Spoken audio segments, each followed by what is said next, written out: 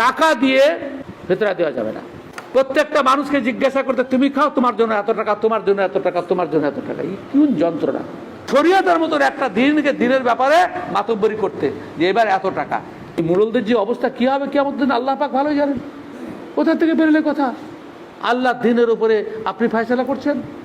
বিশ্বে কত লোক কত রকম খাবার খায়, একরকম বিধান হলো যে যা খাবার খায় সে তা দিবে। এটা হলো ইকুয়াল হুকুম, সকলের জন্য সমান। তুমি যে মানের খাবার খাও সে মানে ফিতরা দাও। আর না হলে প্রত্যেকটা মানুষকে জিজ্ঞাসা করতে, তুমি খাও, তোমার জন্য এত টাকা, তোমার জন্য এত টাকা, তোমার জন্য এত টাকা। এই কোন যন্ত্রণা! আর দাম উঠানামা করে যেন প্রত্যেক বছর মুরলদেরকে বসতে হয় শরিয়তের মতো একটা দিনকে দিনের ব্যাপারে মাতব্বরি করতে যে এবার এত টাকা। এই মুরলদের যে অবস্থা কি হবে কিয়ামতের দিন আল্লাহ পাক ভালোই জানেন। কোথা থেকে বেরোলে কথা? আল্লাহ দিনের উপরে আপনি ফয়সালা করছেন। এটা কোথা কি করে সম্ভব? টাকা দিয়ে ফিতরা দেওয়া যাবে না। সহজ কারণ, জটিল কারণে যেতে হবে না। সহজ কারণ, ইসলাম হচ্ছে চিরন্তন একটা দিন, কিয়ামত পর্যন্ত বাকি থাকবে। আল্লাহ তাআলা পরিষ্কার বলছেন, লা তাবদীলা লিকালিমাতিল্লাহ, আল্লাহর কথার কোনো পরিবর্তন নেই। আর একটা আয়াতে আল্লাহ তাআলা বলছেন, ওয়ালাহুদ্দিন ওয়াসিবা, আল্লাহ তাআলার জন্য আল্লাহর দিন হচ্ছে স্থায়ী। ওয়াসিব, স্থায়ী। আল্লাহর দিনে কোনো পরিবর্তন নাই। তাহলে দিন যেহেতু পূর্ণ হয়ে গেছে, তো নতুন করে আপনি এই জিনিসটা কি করে তৈরি করবেন? এত সমস্যাটা কোথায়? ধরেন আমরা যে এখানে বসে আছি 100 জন লোক, তো 100 জনের খাবার 100 রকম, অথচ যে যা খায় সে তাকে দিতে হবে। হ্যাঁ, কেউ খায় স্বর্ণা চাল, কেউ খায় মিনিকেট, কেউ বাসমতি খায়, কেউ অন্যরকম খায়। তাহলে আপনি যখন টাকা নির্ধারণ করবেন তো কত রকম নির্ধারণ করবেন? যদি একরকম নির্ধারণ করেন তাহলে হয়তো যে মানে গোডরা চাল খায় তার জন্য জুলুম হয়ে যাবে, আর যে বাসমতি খায় সে নিচে নেমে চলে এলো। হ্যাঁ, এটা তো সম্ভব নয়। বিশ্বে কত লোক কত রকম খাবার খায়, একরকম বিধান হলো যে যা খাবার খায় সে তা দিবে। এটা হলো ইকুয়াল হুকুম, সকলের জন্য সমান। তুমি যে মানের খাবার খাও সে মানে ফিতরা দাও। আর না হলে প্রত্যেকটা মানুষকে জিজ্ঞাসা করতে, তুমি খাও, তোমার জন্য এত টাকা, তোমার জন্য এত টাকা, তোমার জন্য এত টাকা। এই কোন যন্ত্রণা!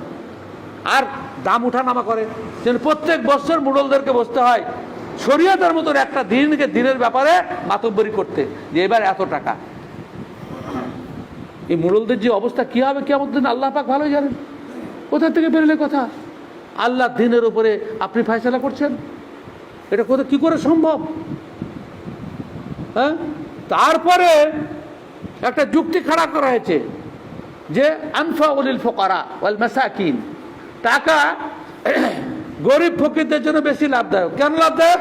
কাউকে যদি ওষুধ কিনতে হয়, কাউকে যদি কাপড় কিনতে হয়, কাউকে যদি করতে হয়, কাউকে খাবার কিনতে হয়, টাকা দিলে সবগুলোই সলভ হচ্ছে, কিন্তু চাল দিলে তো হচ্ছে না।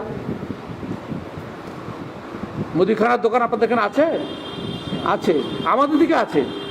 আমাদের দিকে টাকা পয়সা দিয়ে মাল খুব কমই কিনে, চাষি এলাকা, সব চাল দেয় দোকানে আর ওর পর খাবার নেই, সব কিছু কিনে, তেলও কিনে, নুনও কিনে, সবই কিনে। এখনো অব্যাহত, এখনো অব্যাহত। তাহলে চাল দিয়ে কাপড় কেনা যাবে না? চাল বিক্রি করে একটা যুক্তি দেখাচ্ছে যে একটা লোক চাল কিনলো 50 টাকায়, এবার যখন বাড়িতেও নিয়ে গেল বিক্রি করতে গেল তখন 45 টাকা দাম পেল, তাহলে 5 টাকা লস হয়ে গেল। সুতরাং টাকা দিয়ে উত্তম। যুক্তিগুলো তো মজবুত নয়। হ্যাঁ, যুক্তিগুলো মজবুত নয়। এগুলো হলো যুক্তি, এগুলো হলো যুক্তি।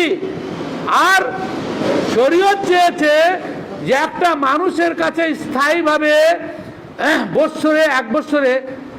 এক বছরের জন্য খাবার জমা হয়ে যাক। রাসূল করিম সহিহ বুখারী হাদিস আছে, রাসূল করিম সাল্লাল্লাহু আলাইহি ওয়াসাল্লাম রাসূল সাল্লাল্লাহু 1 বছরের জন্য নিজের পরিবারের জন্য খাবার সংগ্রহ করতেন। সহিহ বুখারী হাদিস, ইয়াজমাউ লিআহলিহি কুতা সানাতিন, সহিহ বুখারী হাদিস। 1 বছরের জন্য রাসূল সাল্লাল্লাহু খাদ্য সংগ্রহ করতেন। তো ফিতরার সময় গরিবদের জন্য 1 বছরের জন্য খাবারের সাশ্রয় হয়ে যায়, এটাই চেয়েছেন। সমস্যাটা কোথায়? যে আমাদের দেশে ফিতরা চাইবার জন্য আশপাশ সমস্ত গ্রাম থেকে আসে, আর এরা এক মুঠ করে দিতে থাকে। এটা কিন্তু শরীয়ত নয়। শরীয়তের বিধান হচ্ছে তুখাযু মিন আগনিয়াইহিম ওয়া তুরাদ্দু ইলা ফুকারাহিম, স্থানীয় লোকেদের কাছ থেকে নিয়ে স্থানীয় লোকদেরকে দিতে হবে, স্থানীয় লোকদেরকে দিতে হবে। আবার একটা প্রশ্ন এখন উঠেছে, লোকের অভাব নাই, মিসকিন কোথায়? সেই ফকির নাই তো, খুঁজে পাচ্ছে না। আসলে শরীয়তের জ্ঞান না থাকলে এই ধরনের কথা, অবান্তর কথা মুখ থেকে বের হবেই। শরীয়ত সম্পর্কে সম্যক ধারণা নেই। আপনারা একটা আবিখ্যাত হাদিস শুনেছেন যে এক সময়ে সম্পদের আধিক্য হবে, মাল প্রচুর হবে, আগের যে অভাব। হ্যাঁ, একদিন পতাকা বিড়ির কর্ণাধার মুস্তাক লয়, ওর বাপ কি ছিল, গিয়াসউদ্দিন সাহেবের একদিন বক্তব্য শুনছিলাম। উনি আমার বাড়িও গেছিলেন একটা মেডিসিনের জন্য দুবার। তো একদিন বক্তব্য শুনছিলাম যে বিড়ির কারবার কখন শুরু করলাম, যখন লোক খেতে পাচ্ছিল না। এবং এই এলাকার লোক বলে বিড়ি না করলে, না খেলে, না বাঁধলে খেতে পেত না। হ্যাঁ, এখন কি সেই অবস্থা আছে? অবস্থার পরিবর্তন ঘটেছে।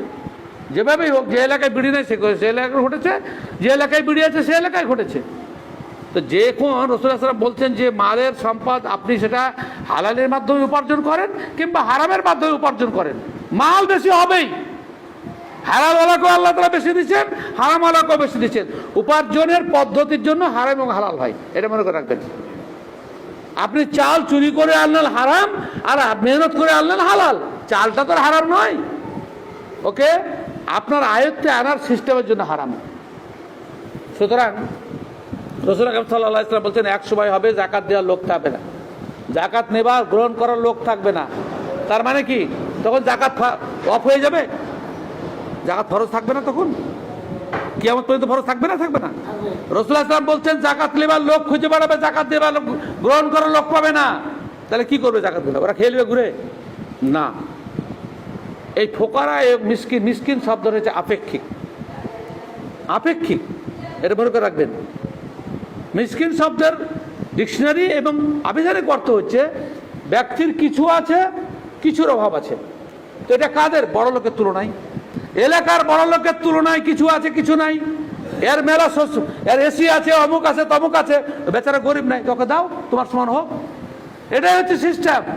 সব সময়তে আপনি প্রত্যেক ব্যক্তির থেকে কম ব্যক্তি পাবেনই, আর তখন তাকে আপনি সেটা দিয়ে দিবেন। আপনি এই যদি খুঁজে বেড়ান যে ওর বাড়িতে চাল আছে কিনা খুঁজে বেড়ান, তাহলে আপনি তো এখনো তো ফেতরা দেওয়ার লোক পাবেন না।